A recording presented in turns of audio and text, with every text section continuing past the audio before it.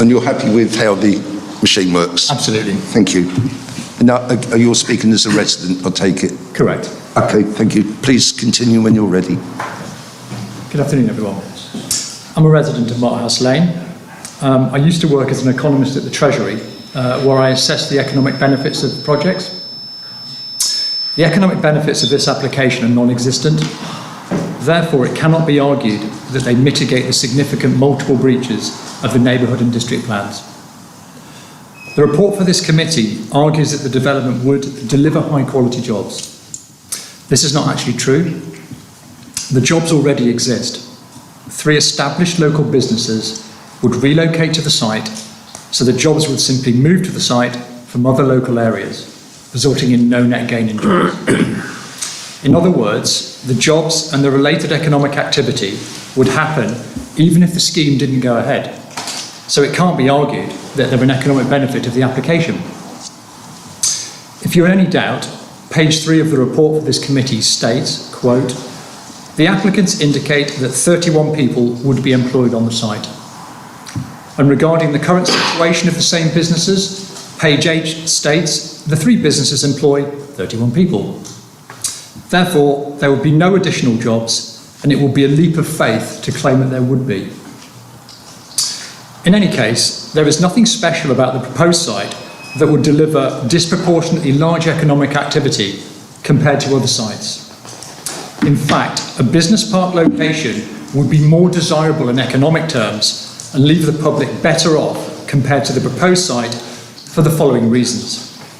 A business park location would deliver at least the same economic activity as the proposed site, but it would impose less social costs, as there wouldn't be the breaches of the neighbourhood or district plans.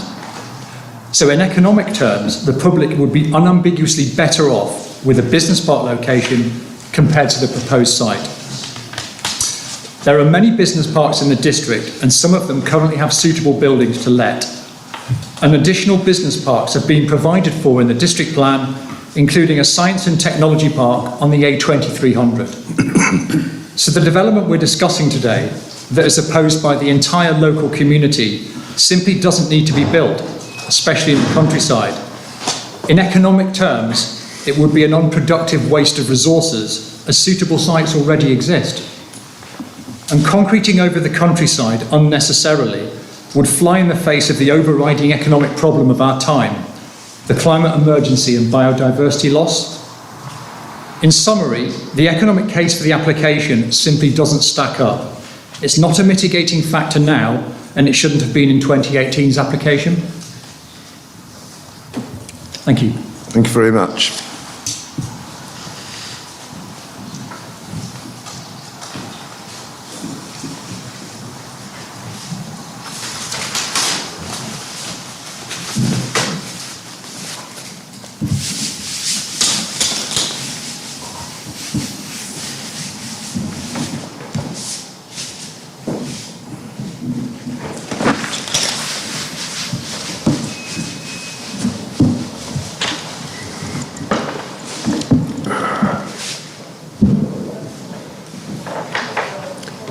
Yes, so I'll call the next speaker, Sally North, who's also speaking against this application.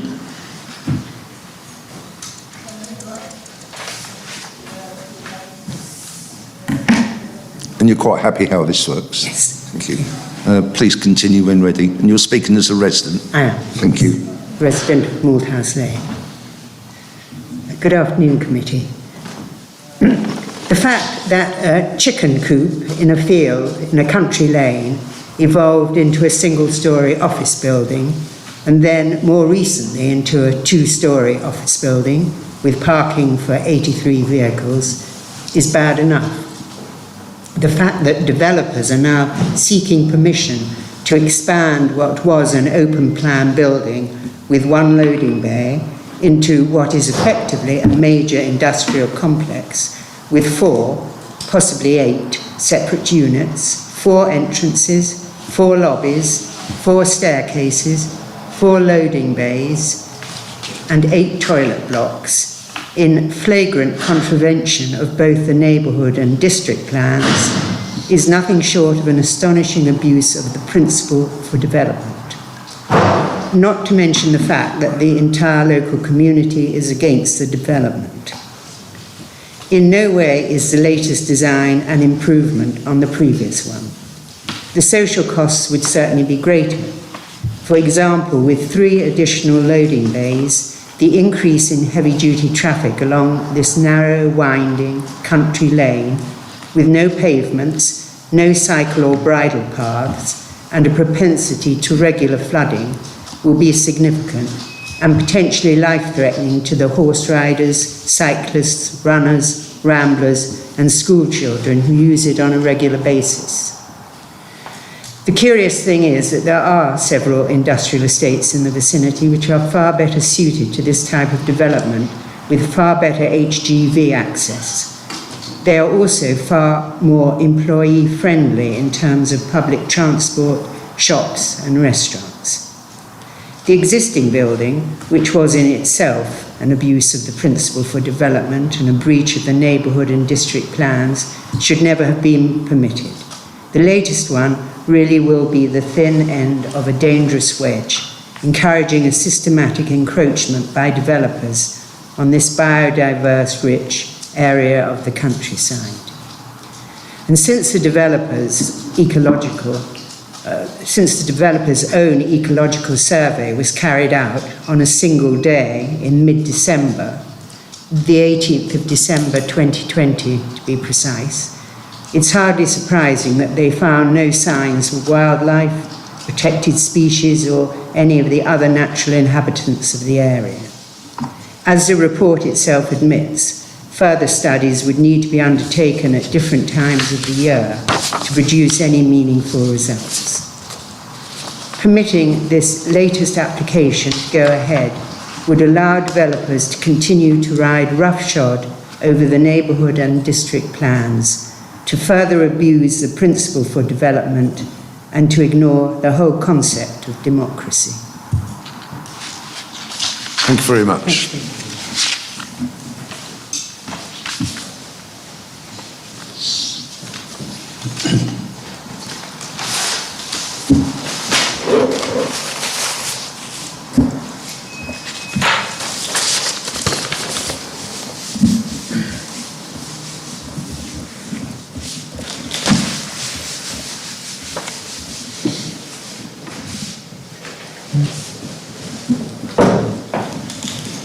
Thank you. The next speaker is Mr. John White, the agent speaking for this application.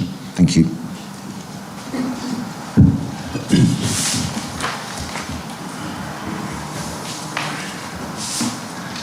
Good afternoon, members. Just before I start my speech, I must say that I had a bit of trouble last year, a bit of cancer in the throat.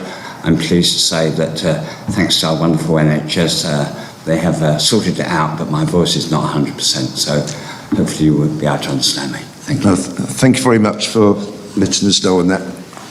So, good afternoon, members. The proposed development is the erection of a Class E building with car park, new vehicle access into Malthouse Lane and associated landscaping, and looks to provide new headquarters for Cells for Life, a local biodiversity research and development company which wants to expand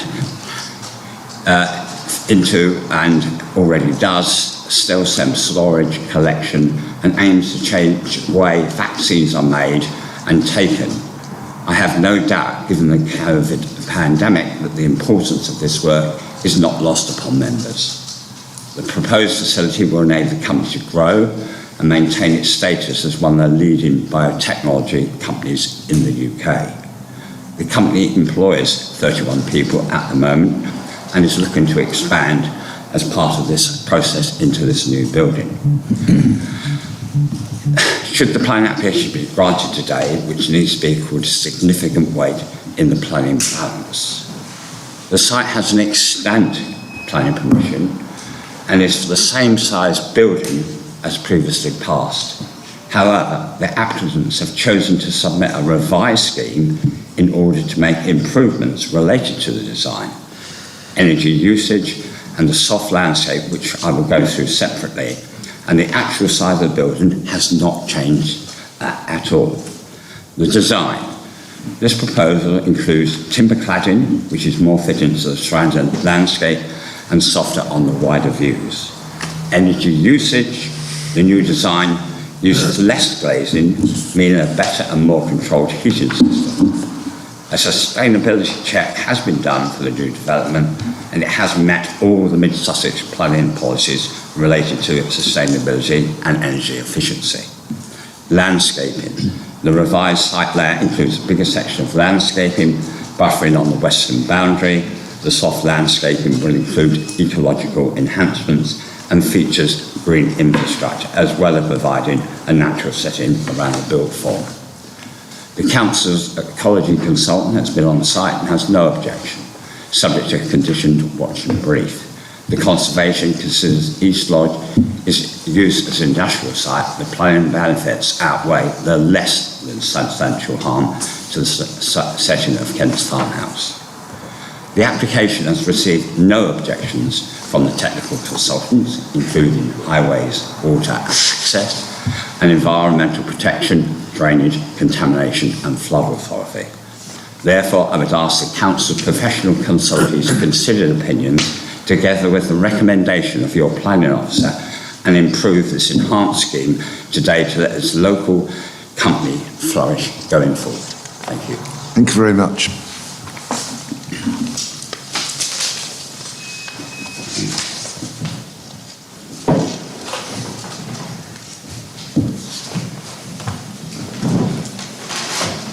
The next speaker is Ward Member Councillor Alison Bennett.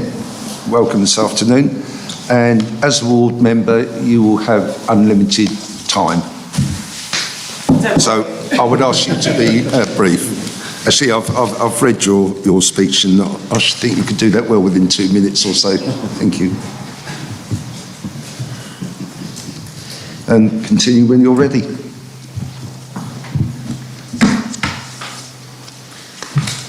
Thank you, Chairman, and good afternoon, committee. My name is Alison Bennett. I'm one of the ward members for Hurstpierpoint and Downs. I'm speaking against the application at East Lodge Farm, which lies within my ward. The application is contrary to the MSDC district plan on a number of counts. I will highlight just 5. Number 1. The site lies outside the 25 hectares of land allocated under DP1 as a business park. This application is relatively near the planned business park. By approving this application, the principle of having zoned areas for business, agriculture and residential is undermined. Not only is there no need for this site to be developed, but I do believe this application will be used as a precedent to argue for further encroachment into the rural parts of Hurstpierpoint of developments basically pertaining to Burgess Hill. Whilst this proposal is projected to create jobs, there will be no economic loss from turning this application down because of the alternative sites that already exist or have been allocated as part of the Burgess Hill growth area. Number 2, the site is outside the built-up area of the ward and is in the countryside, which the district plan sets out to protect. DP12 states that development in the countryside will only be permitted providing that it maintains or enhances the quality of the rural and landscape character of the district. These proposals do nothing to improve or maintain either the rural landscape or the character of this part of Hurstpierpoint and Downs ward. Number 3, DP13 exists to prevent coalescence and says that development will not be permitted when it would, I quote, have an unacceptably urbanising effect on the area between settlements. Building a high-tech facility on a country lane seems to me the very definition of urbanising, and it should not be permitted. Number 4, Malthouse Lane, as the name suggests, is a rural lane without a central marking. It is narrow in places, and visibility on some bends is poor. It has no pavement, no cycle path, and no public transport. It is also prone to flooding. I have photographs that will demonstrate this. I'm happy to pass around if anybody is interested. And I can personally vouch for the flooding of it. A couple of years ago, my partner was out running down Malthouse Lane and he hit the flood and he had to get a lift in a four-wheel drive to get to the other side of it rather than double back and repeat his 8 kilometres that he had run so far.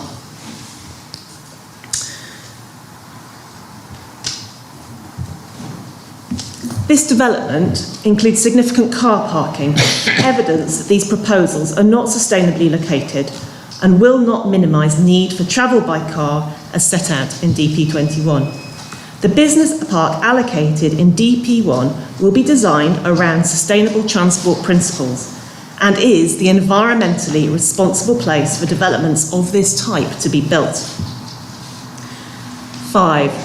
DP26 requires that all development and surrounding spaces will be well designed and reflect the distinctive character of the town and villages while being sensitive to the countryside.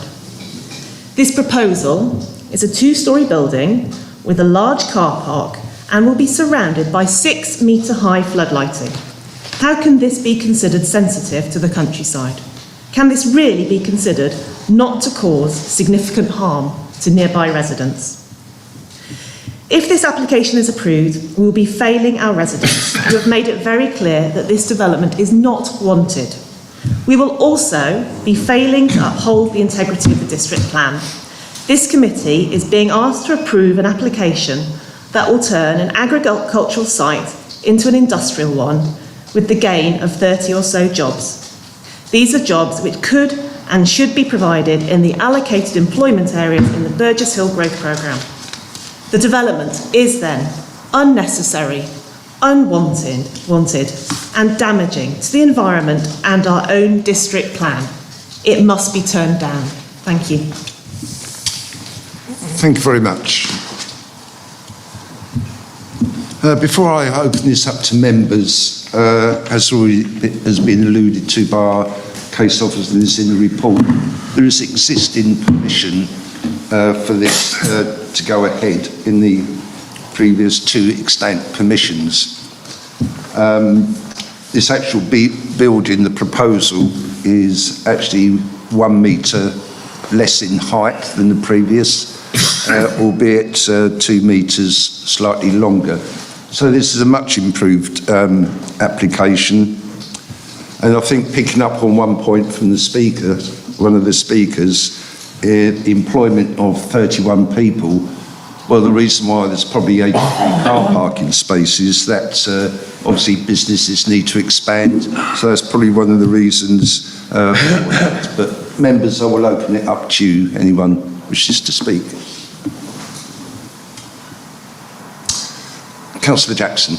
Thank you, Chairman. I'm speaking both as a member of this committee, but also as a ward member for Hurstpierpoint Poynton Downs. I must say that I know that as an exempt permission has been granted on this site. I might say if I had been a member of that previous planning committee, which I was not, I would have objected to this particular application, mainly on the things of DP12 and development in the countryside, which has been explained in detail by a number of the previous speakers, and also it coincides with Hurstpierpoint Poynton Sayers Common Neighbourhood Plan, section C1,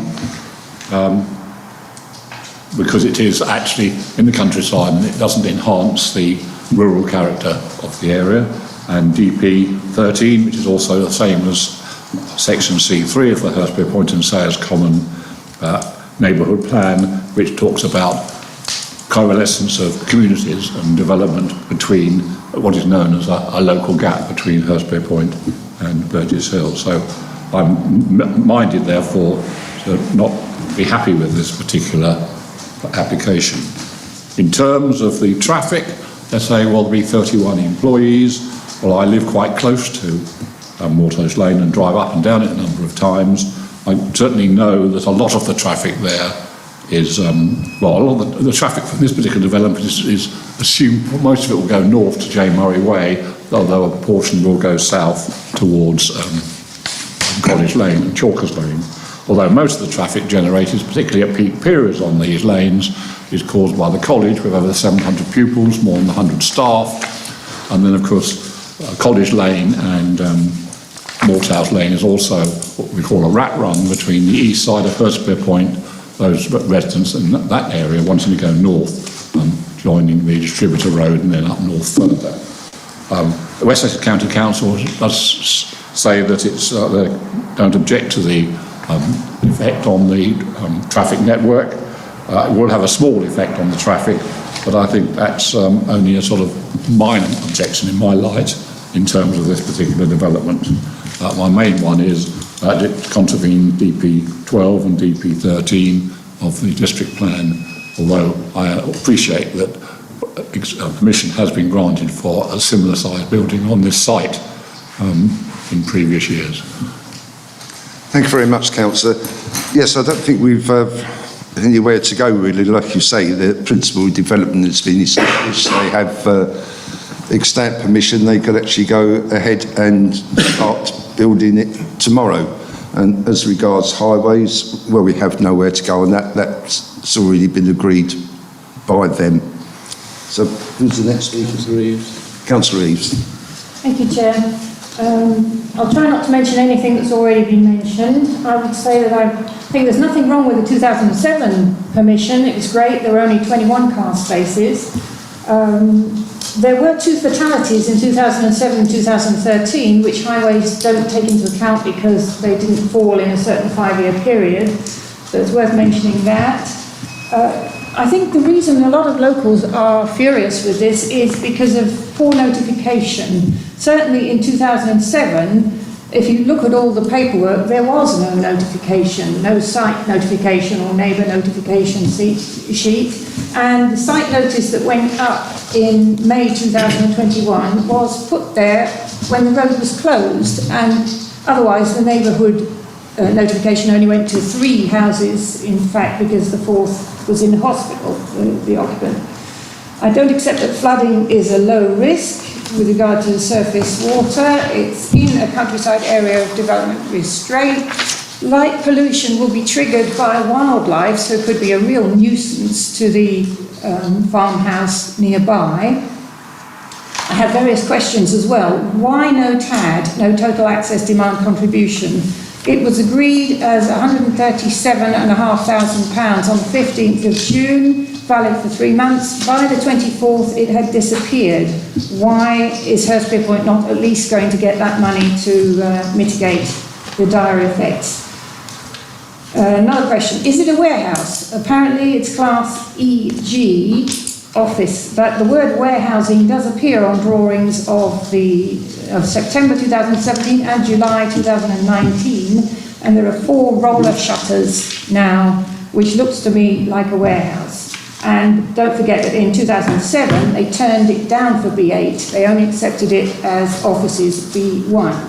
Is there going to be a mound along the front to hide it from the road? Will there be solar panels? That's not clear. Lots of weasel words. But the biggest problem for me is the parking spaces. Why 83 parking spaces for 33 staff? If they hadn't asked for 83, if they'd asked for 63, those 20 along the front hedge wouldn't have been needed, and there would have been no need to destroy the oak trees. And that particular oak is described in the report in July 2019 as a tree that has a large, regular and dense canopy and is a particularly good example of its species with no major defects. So I really object to this wanton demand for 83 parking spaces with no good reason adduced. Trees take 20 years to start drawing down carbon, so it's no good telling me you're going to replace them with heavy-duty stock from nurseries, because that just doesn't work, and the bigger the tree, the less likely it is to take. This is a very nature-depleted country. There has been no bat survey. The ecological survey was carried out, as we've heard, in the dead of winter, or was it? Because apparently our own officer said, unfortunately, it is not fit for purpose. It was copied and pasted. It referred to Bath and Somerset Council at one stage, and we had to delay this consideration for a month while it was put back in order. It was a copy and paste job, So, and then there was a date of March, so we're not even sure whether it was the 18th of December. And of course, everything was hibernating then. So what do they expect to find?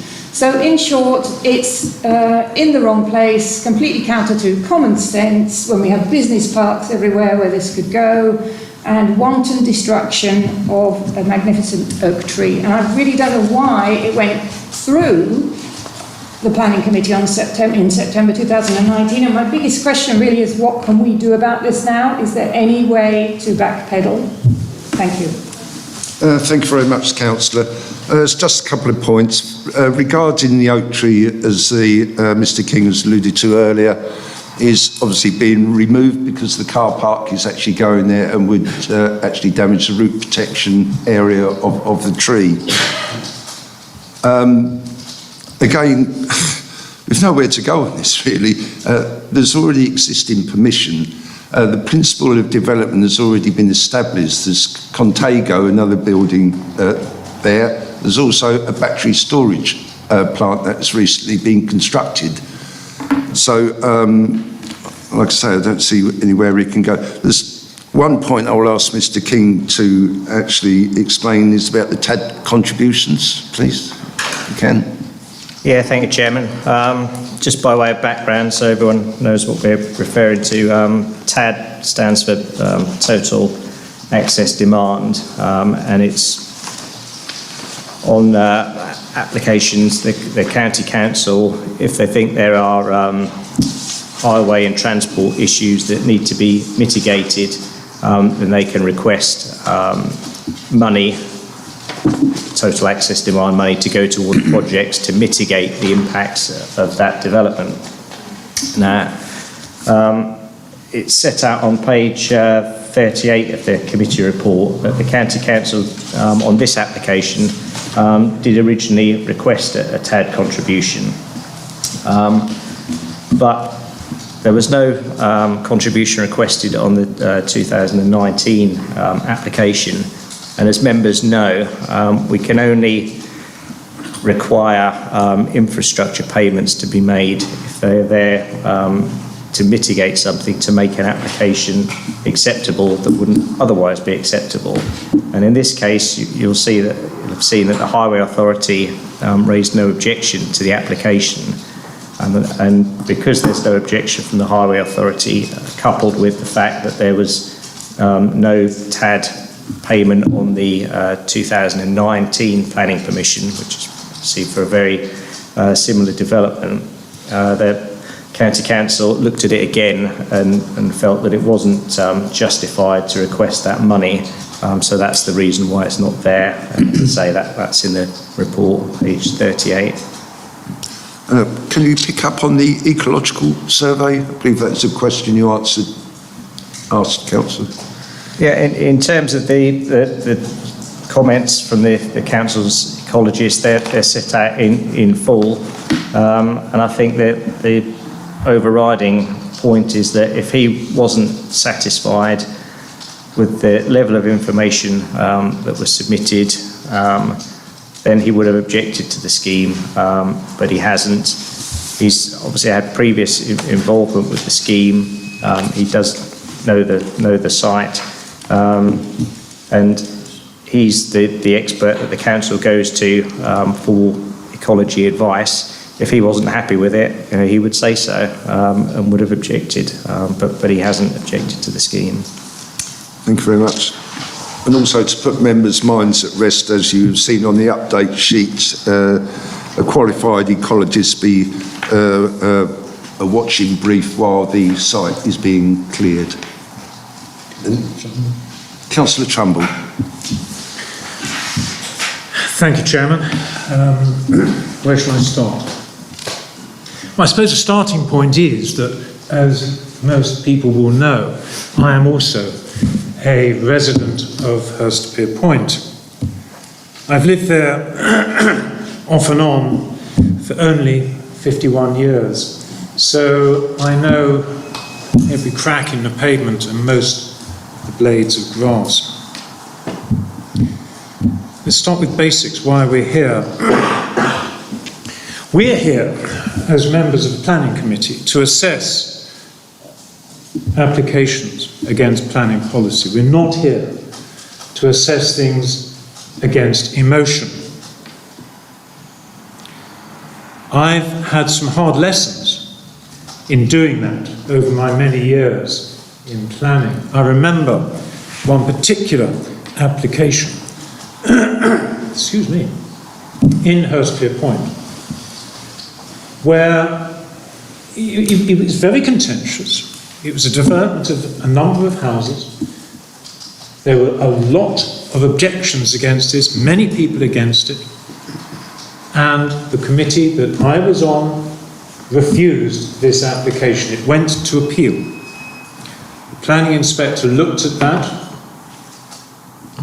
and concluded that we had not paid enough attention to planning policy.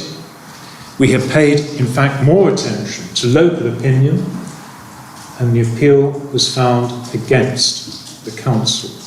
Not only that, but the costs were awarded against the council too. We paid too much attention to local opinion and not enough to policy. And that, I believe, reflects why we're here. We're here to assess against policy and not against local opinion. That's not always easy, but that's why we're here. Now, we've had 3 very interesting contributions from local residents. And we had Sasha Dravel talking about coalescence, development in the countryside, and the situation of the heritage asset. These points are covered in the report, but they were also covered in the report for September 2019. I've read that report. Also read the minutes to that report. But I think they are valid questions because those were also raised by Alison Bennett. And, Chairman, I would ask, I know they're covered in the report, but I would ask that Steve covers those and talks us through them so we can understand. Sally North made the point that this is a thin end of a dangerous wedge. I know exactly what you mean. I know that. But I also know the answer to that. But again, if I may, I would ask Steve to answer that point. And David Wakefield, you made some very interesting points on assessing the economic benefits of the project.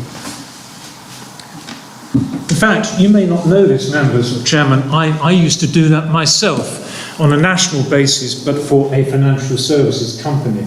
I was assessing the economic or commercial benefits of opening up operations in Central and Eastern Europe, Moscow, God help me, Middle East and on the Indian subcontinent. If I'd have got those things wrong, certain parts of my anatomy would have been removed. But you know as well as I do that there are numerous ways of interpreting data and cutting the cake. I do agree with Mr. Wakefield that there would be better sites for this development than the one being proposed. I do agree. But we as a committee have to assess what's in front of us. The key issue here, and it's been mentioned already, is the previous application, which is virtually the same as this one. It was approved the 6th of September 2019 by a cross-party committee, and I emphasise that, a cross-party committee. As I say, I've read the minutes and it was agreed unanimously. Unanimously. I was not part of that committee. Interestingly, at that time, there were no objections from local residents on this application, even though it was virtually the same as the one we have before us today. This previous application is there. It cannot be taken away. And that raises the question of what happens if we refuse this today. Now, the applicant could walk away and say, oh dear, well, we won't progress this on that site, we'll find somewhere else for it. They're not going to do that. I'm 99.9% sure they won't do that.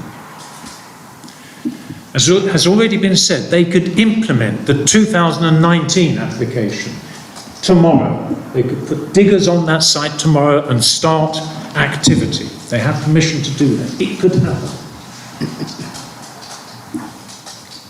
Or, as is quite likely, they would go to appeal. And I've been around long enough to know what would happen at that appeal. The inspector would look at it and say, well, they already have permission for a very similar development from 2019. Nothing has changed in planning terms since 2019. That appeal would be allowed.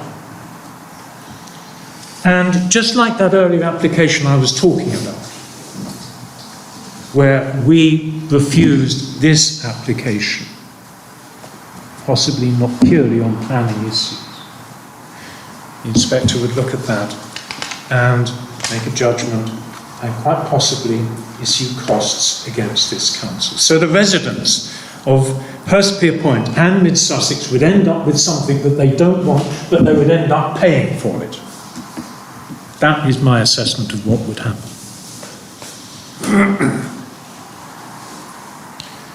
So we get it anyway.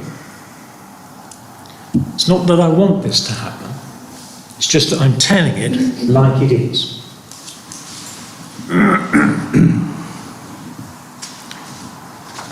Now, I think there are questions, there are issues that I would like answers to.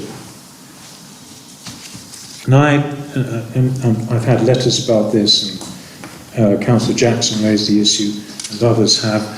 I too have concerns about traffic. Now, I know there's nothing we can do on traffic because highways have no objection to this. And believe me, I know highways move in mysterious ways, but there are no grounds for resisting this application on highways matters. But the TRIX figures for this application show that there will be 40 movements in the morning peak, 35 movements in the evening peak, and 235 movements across a 12-hour period, 25% of which will go south from this development. So that means there'll be 10 movements in the morning, 9 movements, roughly speaking, in the evening, and 60 movements throughout the day. That deeply concerns me, because that traffic is going to go either, God help us, through College Lane, which is virtually impassable now, or it would go into Cookfield past the college. Just south of this development is Hurst College, with 1,300 pupils. 66% of those pupils are day pupils, with all of the traffic movements required to support that 800 or so day pupils. I live on Cookfield Road, I see what happens every day with the traffic going up and down. Since the 2019 application, we've had Bramble Park or Idenhurst coming on stream in Hurstpere Point. That's a development of 140 houses, the traffic from which issues onto Cookfield Road. I have been asking for over a year for a survey on the traffic coming out of Idenhurst. We still do not have that. So we still do not know the impact of Idenhurst on traffic in Cookfield Road. And now we have not only the Hurstpere Point College traffic going up and down that road, but we're going to have this traffic too. I am deeply concerned about that. I know highways say that they have no objections, and as I say, highways move in mysterious ways. But is there no way, Chairman, that we can actually make sure that the traffic from this development comes in from the north and goes out to the north, to Jane Murray Way, and not through the village? Because it's like living in the middle of London in Hurstpier Point now. I don't want to make that get worse. We don't want to charging in the village. So I would ask for answers on that, please. I believe I know what the answer will be, but I would ask for answers on that. I would also welcome some indication from Steve on this issue of notification, the issue of coalescence, development in the countryside, the heritage asset, and the thin end of the wedge. Thank you. Thank you very much. Before I go to Mr. King, yeah, you talk about highways, but on page 33 of the report, the predicted vehicle movements are generated by the current proposal is similar to those of the previous. So I really don't think we've got anywhere to go. And to direct the traffic in one particular way, you know, we have to look at this application that is in front of us. We can't sort of add bits to it. I do understand that, Chairman, but I sincerely hope that Alison has picked up those points in the minutes. Thank you. Yes, thank you. Mr. King, are you happy to pick up some Yeah, of thanks, these Chairman. I think there's a number of points to go through there.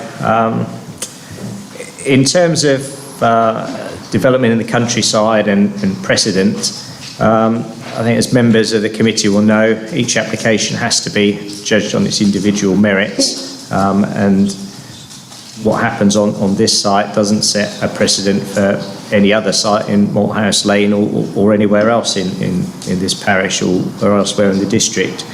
The circumstances of this site are unique in that there was former agricultural buildings on the site, and that's how the development of the site begun back in 2007. So that's a unique set of circumstances to this site, and doesn't mean that it's setting a precedent for any other commercial development on Malthouse Lane. Because that 2007 consent is extant and was implemented, the site wouldn't be classed as agricultural land anymore because of that planning permission actually being implemented. So again, we're not starting from a blank canvas on the site. In terms of questions that have been raised about highways, I think the chairman's touched on that already. The Highway Authority are assessing the application and using the TRIX database, which is a national database that works out likely vehicular movements for particular types of development. So it's used nationwide. And if highways were of the view that what had been put forward by the applicants was unrealistic and not up to scratch, then they would say so. But they haven't. The test in the local plan and the national policy is whether there would be a severe impact on the highway network, and that's quite a high bar. And for the reasons that are in the report, they don't consider that there would be that severe impact. I think, as members will know from local knowledge, probably the main traffic generator in the vicinity is the college. So it certainly wouldn't be this development. Issues regarding heritage assets. I'm not sure there's too much more I can add to what's in the committee report. We do acknowledge that there is some impact on the setting of the listed building that's referred to. That is, in the terms of the NPPF, causing less than substantial harm. You still have to give that significant weight in the planning balance because of the statutory presumption of trying to preserve the setting of listed buildings. But for the reasons that are in the report, we think that the benefits of the scheme outweigh that less than substantial harm. And essentially that's the same judgment that was reached in the 2019 consent. I think there was a question regarding fatalities on the highway that had been referred to. From speaking to the Highway Authority, that wasn't anything to do with the road or geometry. I think understand it's driver error. They can't release any further details about that, but that's how that came about. I think that's just about it. I think Coalescence, sorry. Yeah, and well, again, there's not much more that I can add that wasn't in the original presentation. This is the just slightly zoomed out map of the site, and for the reasons that are in the committee report, the development here, which is the same essentially as has been approved before, don't think it erodes the sense of leaving Burgess Hill, strong defensible boundary of Jane Murray Way, and going down, if you were travelling down to Hurstpier Point, it doesn't erode the sense of leaving one and arriving at the other.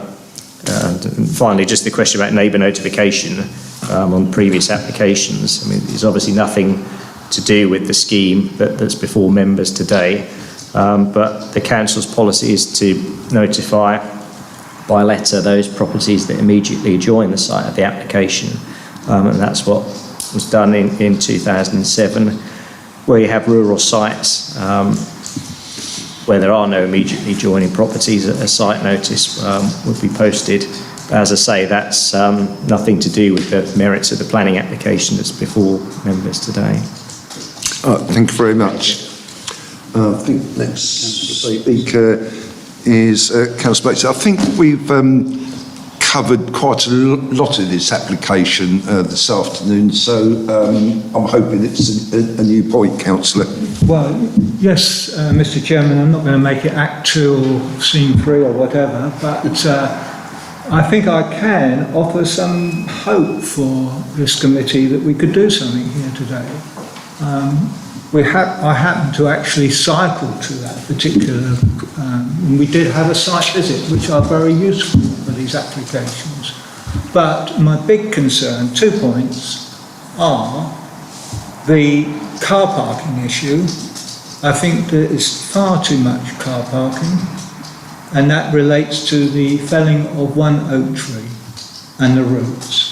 And I think there's scope here to refuse the actual felling of that tree based upon what we've had in the update sheets today, where it says no trees, etc., will be removed without prior consent. So we are saying we're not going to necessarily allow that tree to be removed. But we could ask for a re-evaluation of the amount of car parking spaces that has been determined and allocated for what we seem to be thinking 83 parking spaces for 31 people working on site. Now, in the last couple of years, you might have been aware that we've had what we call a pandemic, and a lot of people have been working at home. And now there is a consensus that we want to work a lot more at home.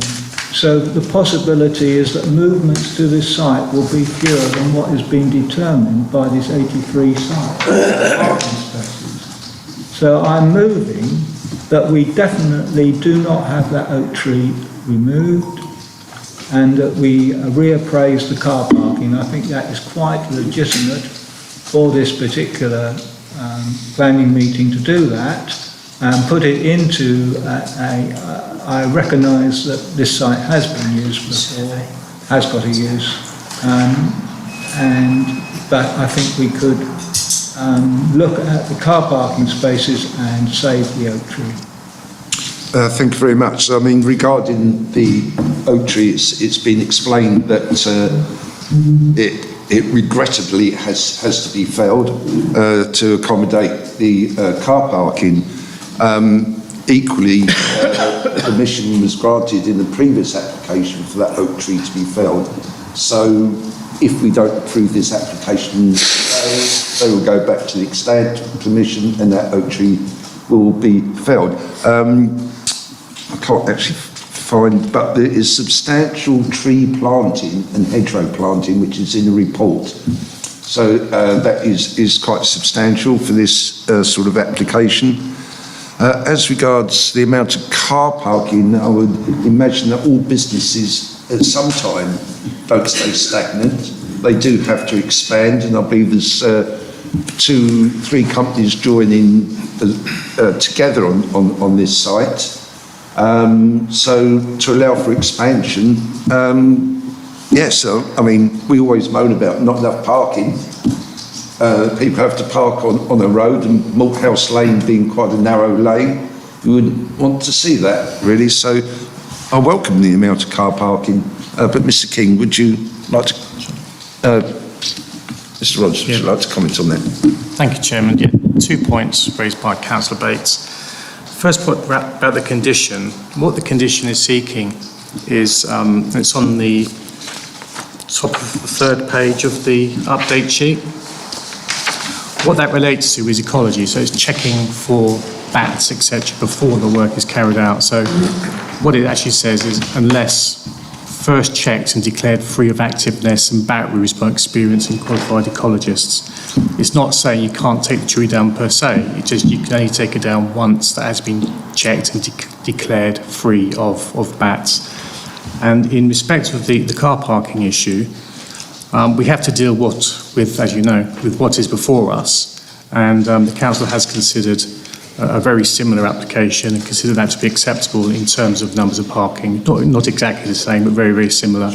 So as the chairman's indicated before, I really don't think there's anywhere for us to go on those 2 points.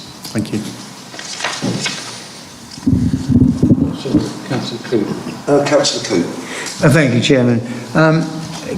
Councillor Trumbull mentioned most of what I was going to say.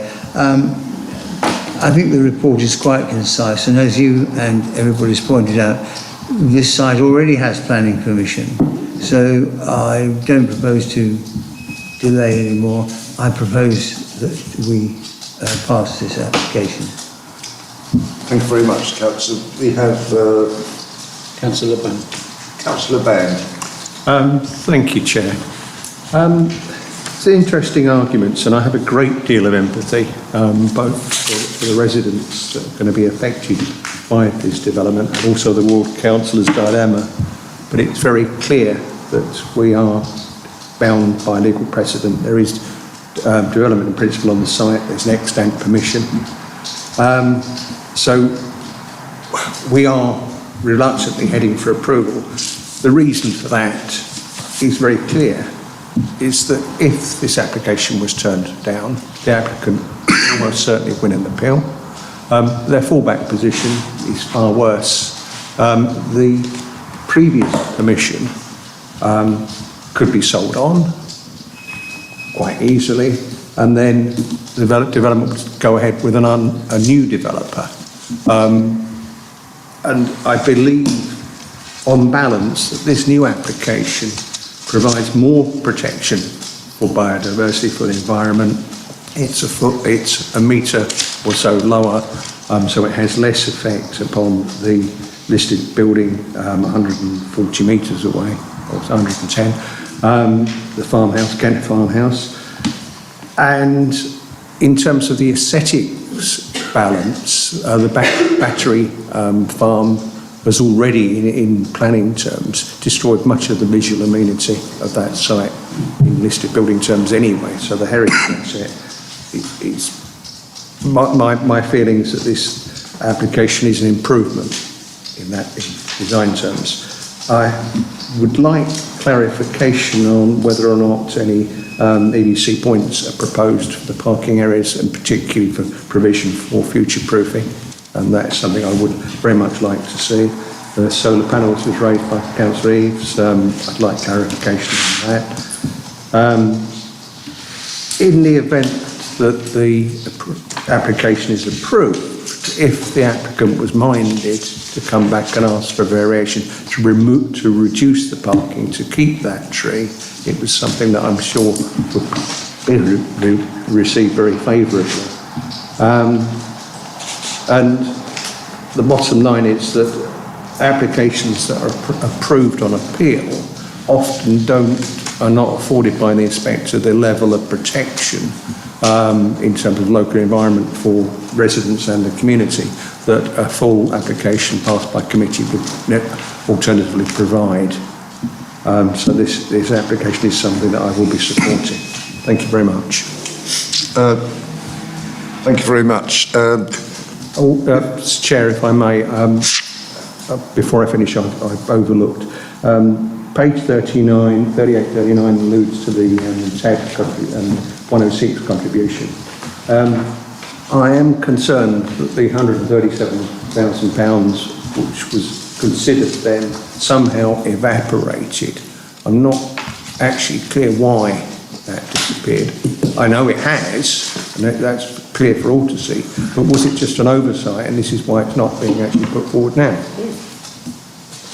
And I think that's a fair question to ask. Thank you. Yeah, I think Mr. King's already, and this wants to come back on the TAD payments, but before he answers any other questions, there is a condition 6 on page 42 regarding solar panels. It says that a revised roof plan showing solar panels on that. So, Mr. King, would you like to pick up? Yeah, thank you.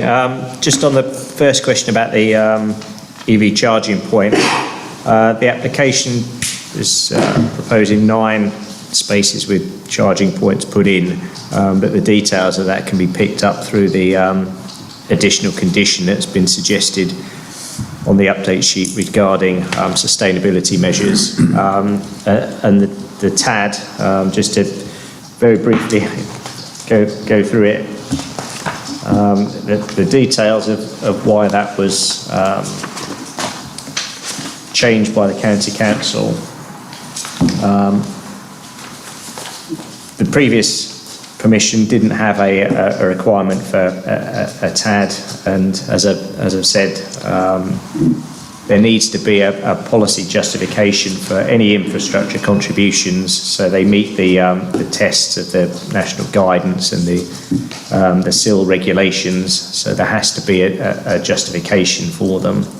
And in this case, there was no highway objection to the application anyway, and there was no TAD request on the previously extant permission. So on that basis, the County Council felt that they shouldn't ask for a TAD on this application. So that's the reason. All right, thank you very much. Before I come to you, councillors, I'll go to Councillor Whittaker, who hasn't spoken yet. But I think I'm going to take your as the last question, councillors, because I think we've exhausted this application now. I think everyone's spoken about it, fair say, so I will go to the vote after you've spoken, which I hope will be brief. Councillor Whittaker. Thank you, Chairman.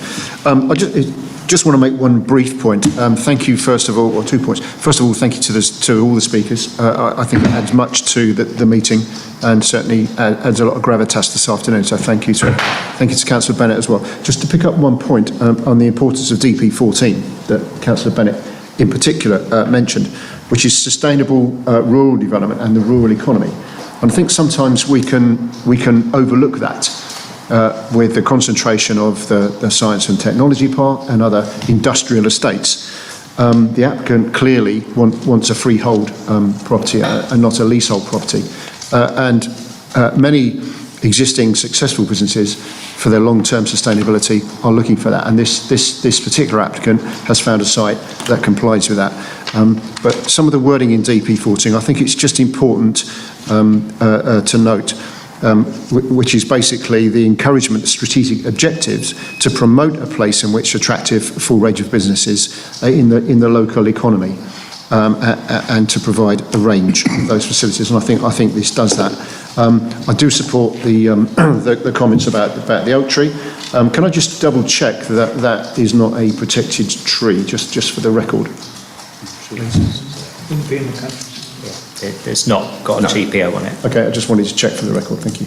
Okay, thank you for those points, Councillor Whittaker. Councillor Eve. Thank you, Chair. 2 points. One is that this Are they new points?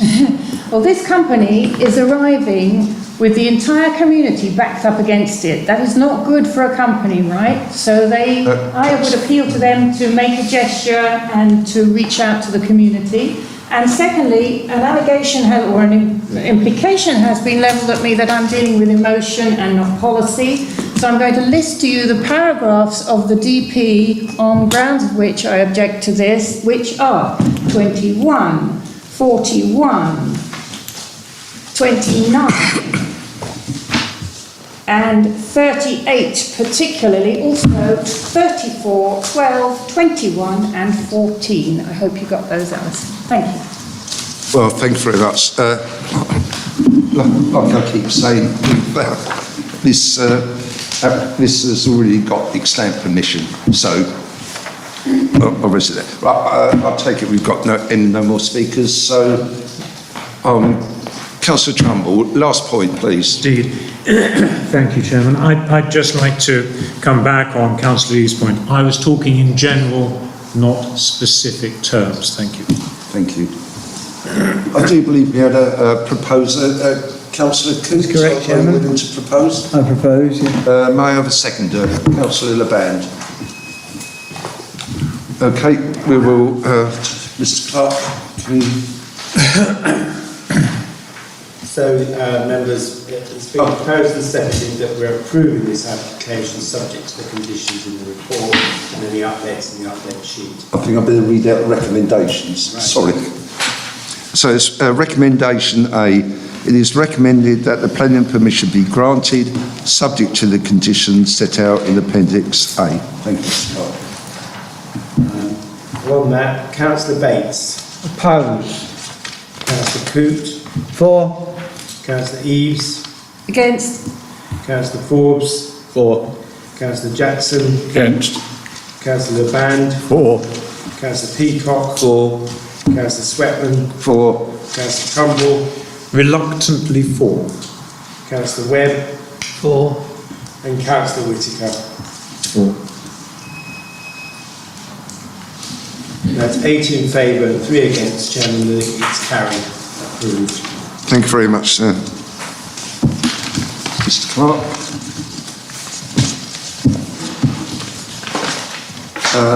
Item 6 on the agenda.